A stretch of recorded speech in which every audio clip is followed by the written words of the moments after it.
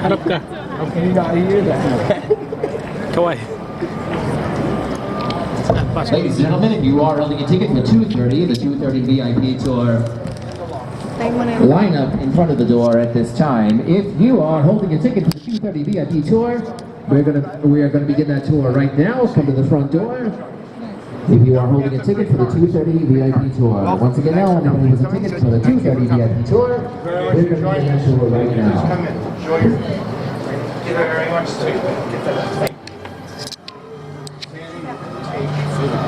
Okay, my friends, if you're doing the tour, come and join me over here in the centre of the lobby. Let's gather around, let's get to know each other. First of all, how are you all? Good. Awesome. It's a bit of enthusiasm there, that's what I like to hear. And welcome, my name is Peter. I'm going to be your tour guide today, okay? Peter, if you don't understand my accent. If you guys have cameras and you want to take photographs, feel free to do so.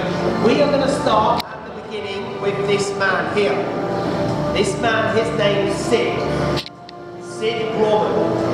So you may or may not notice that front of the concrete slabs, it often says to Sid. Well, Sid Gorman, guys, as you can see, not Chinese. Born in Indianapolis. He spent a lot of time moving around the country with his family. So it's kind of like a circus, for the million type thing, that he was part of. Now, Sid Gorman settled in San Francisco. That was where he started building cinemas, movie theatres. He built several movie theatres in San Fran, which were destroyed in the Great Earthquake, 1906. So at that point, he decided to move out to LA. Los Angeles was fast becoming the movie capital of the world, and he thought, continue building movie theatres out there. He did, he built 4 of them, including just down the street on Hollywood Boulevard, the Egyptian Theatre. Now the Egyptian Theatre back in 1922, that is where the world had its very first movie premiere. For a movie called Robin Hood, and it starred Douglas Fair. So the first time they laid out the red carpet, had the lights up in the sky, and all the stars in attendance. So after the success of that event, Sid Gorman thought to himself, well now, I want to build a movie theatre especially for movie premieres. He came up with the idea for this place, and this, guys, is the biggest, the grandest out of all the ones that he built. Still to this day, that's what happens here. All the major Hollywood movie premieres take place inside this room. Just before Christmas, Star Wars premiered here. The movie 1917, probably seen some posters up around town, Sam Mendes. We had Will Smith here for Gemini Man. We had Dwayne Johnson, Karen Gillan, Jack Black, Kevin Hart here for Jumanji. Joaquin Phoenix was here for Joker, and End of Summer, Leonardo DiCaprio, Brad Pitt, Margot Robbie, Quentin Tarantino, they're all here for Once Upon a Time in Hollywood. I'll talk a little bit more about the premieres as we go. Sid Gorman, guys, he wanted the theatre itself to feel like it was outdoors, kind of like a garden. Okay, so if you look up there to the ceiling, you'll notice it's been hand painted with open sky, Chinese style. All of the artwork on the lobby area, all of that artwork that was hand painted out there by one man. And it is a man that some of you may recognise. If you ever saw a TV show, which was on quite a lot in the 1970s, the 1980s, it was called Kung Fu. Oh, wow. It starred David Carradine, and it also starred this man. This man's name was Key Luke. So Key Luke, he wasn't blind. He was a really well-known Chinese-American actor, as well as a really talented artist. Not only was Key Luke in Kung Fu, he's recognised in the films called Living Gremlins, about the little monsters he also played the old tea shop owner at the beginning of the film. Key Luke, responsible for all of his art. And to this day, guys, the lighting here, you see it's getting nice and low, just so it doesn't fade or affect that is his original art. How many of you are Star Wars fans? Used to be, I'm not so sure anymore. So guys, actually here we are showing Star Wars, we're just finishing up. The Star Wars pieces that we have on display are replicas, okay? A company called Sideshow Collectibles make these.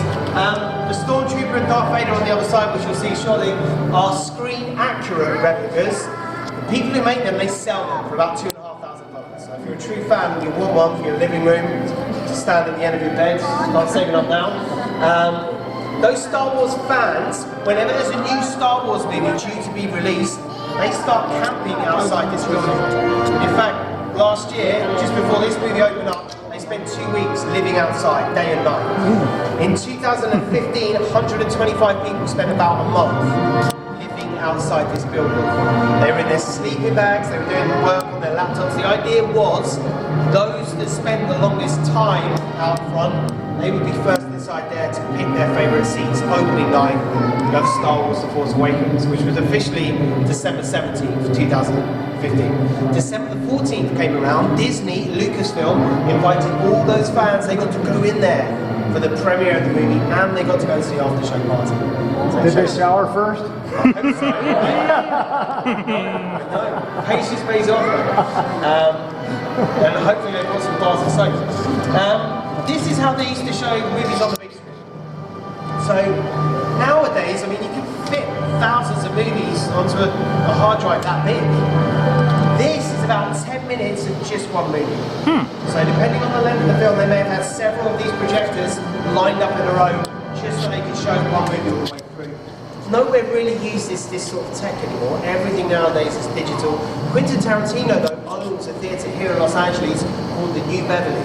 He only shows movies from his private collection on these projectors. In fact, when he was here for the premiere of Once Upon a Time in Hollywood, one of the stipulations for holding the premiere here was that we show it on 35mm film. We don't have 35mm film projectors upstairs, so we had to fit them. It took us a whole week ends just to accommodate Quentin Tarantino. Guys, we're going to start making our way into the main auditorium, so follow me over this way. And as we go in, just watch your step, okay? It does slow down, it looks like it's dark. Just watch where you are going.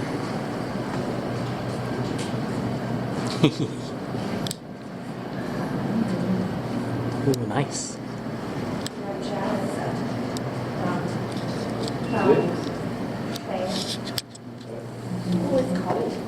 On the way down, if you give these curtains a feel, look how heavy the curtains are. They are going to close when the movie begins. They will keep sound inside the auditorium. They're going to stop the sound from bouncing off the brick walls, reverberating around the place. We're gonna go inside. Yeah. Hold to the railings, Ma, just in case. Your railings on the right.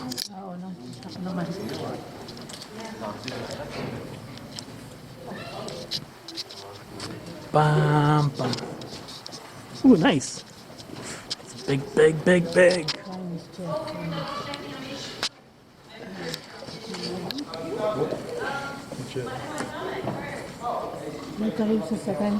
Come on, come here. Follow me. So guys, welcome officially to the main auditorium of the TCL Chinese Theatre IMAX. We are now an IMAX movie theatre. Definitely one of the most striking features when you first step in is the ceiling up above us, 65 feet in diameter. That was hand carved inside this room, 3 pieces at the ground level. They then hoisted it to the ceiling, they fitted it together up there. The whole thing is meant to represent the sun, kind of continuing with the outdoor garden theme that Sig Gorman wanted. Now, the artwork around it is actually kind of a generic hero's journey story. The prince becomes a king. Second stage, the king goes on travels, adventures across land and sea. Third stage, he returns home, finds that whilst he's been gone, the dragon has been terrorising the people of his local village. So the fourth and final stage, you see the king venturing out on his horse to kill that dragon. That was all hand painted up there by artists who were lying on their backs, actually suspended from the ceiling, about 75 feet above the ground. Just like Michelangelo in the Sistine Chapel. Guys, come and join me down here.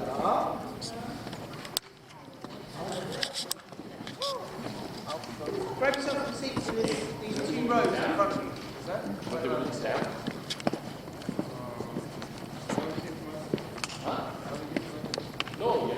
So yeah, in 2013, 1,152 seats were removed from this room. they took out all those seats so they could dig into the basement of the theatre. Height of the floor, if you could picture it, pretty much where these ledges are on either side, that is how far they had to dig into the ground. And all that work was done simply so they could fit this incredible screen inside the room. This is the 5th largest IMAX screen in the world. World's largest IMAX screen is in Victoria, Melbourne, Australia. Used to be in Sydney, Australia. That one got knocked down. Apparently they're going to build an even bigger one at Darling Harbour. But currently, the world's largest IMAX screen is in Melbourne. This space, 932 seats, just under 1,000, qualifies us as being the world's largest IMAX auditorium. You'll notice, guys, your seats are very comfortable. They recline a long way. There's a nice leg space in between rows. So it is a comfortable place to watch a movie, especially a long one like The Hobbit, Batman v Superman, which was too long in my opinion. But you guys could come in here today if you wanted to see Star Wars. I think the next showing is at 3:30. Might be 3:45 actually. The next showing inside here, guys, is a 3D showing. We only tend to do one 3D showing a day. The 3D glasses here are worth $60 each. You cannot leave the theatre with them. If you try to, alarms go off, ninjas come down from the ceiling. So yeah, we collect them up after every show. It's an impressive place to watch a movie, guys. Ninjas, I should mention, are from Japan. We just import them here to the Chinese. But yeah, one thing I do always tell people, even if you see a bad movie here, you won't forget it. And that is because we take the picture and sound quality so seriously. We never really know who's going to show up here. On a regular day, I've seen Quentin Tarantino watch movies in here. Keanu Reeves actually buys tickets, comes inside with his buddies often. Opening weekend of Bohemian Rhapsody, Rami Malek watched it in here with a group of his friends. Last night we had one of the Backstreet Boys, I'm not sure which one. One of them was here with his family watching it. I've even sold a ticket to Leonardo DiCaprio so he can watch a movie in here with his mum. But not just that, guys, I'm talking about people that have worked on the films, you know, sound engineers, special effects supervisors, editors, writers. You just don't know who's going to show up here. And that's why we take the picture and sound very seriously. We're going to show you this short documentary. Once it finishes, I'll be back. Hollywood. So we will be closed for private events like premieres and the day of the Oscars. All of Hollywood goes into lockdown on Oscar Sunday. The Oscars took place here 3 times, 1944, 1945, 1946. In fact, 1944, the movie Casablanca won its Best Picture award inside this room. The Oscars have jumped around a lot of different venues. The very first Oscar ceremony, right there across the street at the Roosevelt Hotel, they just got bigger and bigger every year. They moved down to the Pantages Theatre, different venues downtown Los Angeles. I think they were once down in Santa Monica as well. They're currently held next door here at the Dolby Theatre. That place used to be called the Kodak Theatre. It was built in 2001 specifically to house the Academy Awards, and they seat about 3,000 people, so it's much bigger capacity-wise. You'll notice at the back we have what appear to be 4 balcony spaces. Only one of them is a true balcony booth. It's actually the second one in on this side, nearest to the projection booth. That one's the Cathay Lounge, named after a little town in China called Cathay. That is where Sig Grauman used to sit, alongside people like Douglas Fairbanks, Mary Pickford, Charlie Chaplin. They used to sit up there so they could look out across the audience and kind of watch their reactions as the movies played below. The other 3 are just facades designed to balance that one out. There's no seats up in those other ones. In fact, the ones on either end, that's normally where they'll place spotlights. They can shine spotlights down to the front for special events. Now guys, since I've got you down the front here, I don't mind taking photos of you in your group or your pair or on your own. If you want a photo together, just pass me a camera, I'm going to go stand over there. If you don't want the pressure of having me take a photo, this is kind of your money shot right here, like this. Get the ceiling in. If you want to take a selfie, you flip reverse it. Go low, do that, don't do that, you'll only get the carpet in. I know it's more flattering, but go low. If you want me to take a photo of you in your group though, just come over to me and I'll take a couple of shots. 1927, first movie we showed in here, Cecil B. DeMille, silent movie all about the life of Jesus Christ, the King of Kings. Norman Talmadge, you saw in your documentary, the one who accidentally stepped in, came along and stepped in twice. He wants to represent the accidental, wants to represent the official. And then on either side, Doug Fairbanks, Mary Pickford, really good friends with Sid and investors in the theatre. that is why these three have the best spot outside the front doors. Okay, just over this way.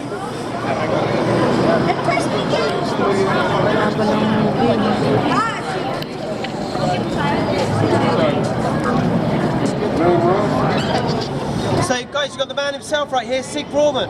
4 years before he passed away. He died in 1950, at the age of 70. Sid placed the fishbone in the wet cement. A lot of people used to tell him when he smiled it looked like a fishbone. I don't know if that's a compliment or not, but we had some weird object. Bill Hart placed guns in the wet cement. Harold Lloyd his glasses. We've had tap shoes, ice skates, cigars. Whoopi Goldberg, some of her dreadlocks. Jackie Chan, his nose.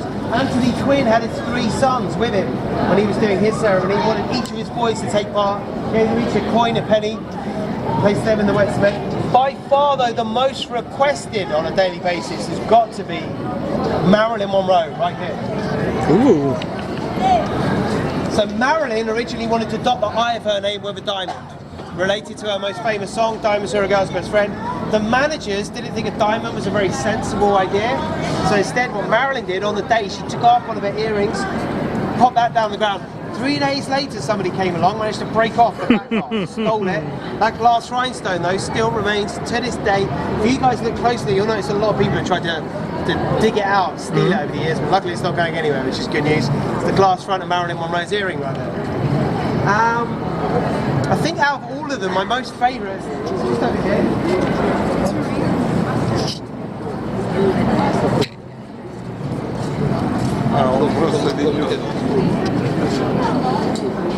So most movie stars, if they're invited to come out here on a Friday the 13th, they wouldn't even consider it due to the bad luck associated with that day. Jimmy Stewart wasn't really most movie stars. He was a decorated World War II veteran. He saw a lot of crazy things in his lifetime. Not only did he write the date down Friday the 13th, Jimmy Stewart actually did his entire ceremony underneath the ladder with a black cat. What? He wasn't superstitious and Brave man. he lived until I think he was around 91 years old. So yeah, Ladies it and worked out pretty gentlemen, good for if him. you wish to join the tour I'll show you one more. inside the TCL Chinese Theater, in around 8 minutes, we're going to begin our VIP tour. This is going to be the full tour of the theater now. This is the complete tour. This is the last complete full VIP tour that we're going to do for quite some time. Ladies and gentlemen, if you wish to join the tour, coming up in 8 minutes, find us now under the red umbrella by the front door. It's Arnie. VIP tour at 3:15. Nice. We are just a few minutes away. Time's running out. If you wish to learn the history of the Hand and Footprint ceremonies, the place where the Academy Awards were hosted, and much, much more, find us under the red umbrella by the front door at 3:15. Bruce We're going to Willis. begin the VIP tour. What? This is the only way to go inside TCL Chinese Theater. 1994, Arnold Schwarzenegger did his Hand and Footprints here for a movie called True Lies. He wrote in the West Event, "I'll be back," his catchphrase. 2015, I was coming out from the front doors on a tour on a Thursday morning, and I noticed a massive crowd of people around this area. I asked somebody who was walking past and said, "What's happening over there?" They said, "Arnold Schwarzenegger." So I looked over and I saw a guy dressed as the Terminator. And I was pretty sure it was one of these idiots from Hollywood Boulevard. Can't be up here. By the way, guys, if you're walking up and down the street here and people try and put things in your hand or take photos, just say no thank you and move on, because they are just hustling. It was in fact Arnold Schwarzenegger. He'd shown up here completely unannounced. He was dressed as the Terminator. Guys, you can see videos of this online. He's also next door there posing as a wax figure. Madame Tussauds, pranking people. Best of all, he's doing all that to launch his Snapchat account. So he's actually walking around out there filming himself holding a selfie stick. Seriously, you never know what you may see out there. So do keep your eyes peeled. We think if we're lucky, we've got space out here for maybe 70, 75 more, around that mark. When we do run out of room, I mean... Ladies and if you look up gentlemen, here, if you would like to join us on the tour inside the TCL Chinese Theater, just find us under the red umbrella by the front door. This is your chance to go inside TCL Chinese Theater. In 5 minutes, we're going to begin the tour. Across the bridge when we come to it. Ladies and gentlemen, If you guys this get a is the last chance and chance. you We are haven't going been to up start there in yet, 5 minutes. Go all the way This up is there, the only way to go the top, inside to the TCL third floor. Chinese Theater. Take a left. There's 6 more movie screens up there, and they're showing various films. They got a whole gallery of photographs dedicated to this. Completely free to go and check out. So yeah, make sure you do before you leave. Also, if you haven't seen the Hollywood sign yet, there's a good bridge up there on the 3rd floor, around the back, where you can take some nice photographs. Do it before the sun goes down, so then light up the sign. Just to let you guys know, I do accept tips. No obligation to tip me if you don't want to. If you have any questions though, just come and find me before you leave. I'll be where you found me in the first place, okay? Listen, lovely to meet you all. Happy New Year and enjoy the rest of your day. Thank you.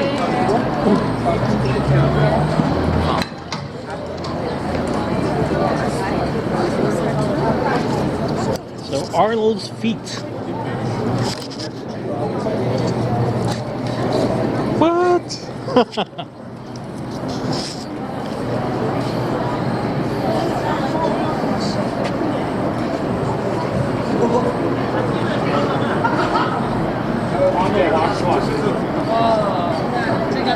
Like Bruce Willis fit mine, it's much more smaller than mine. Look.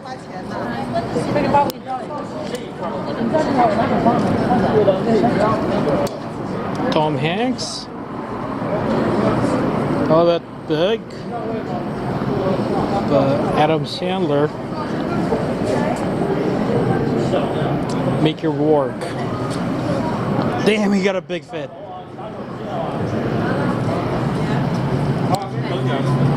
Come on. John Goodman's feet, it's so big. Look.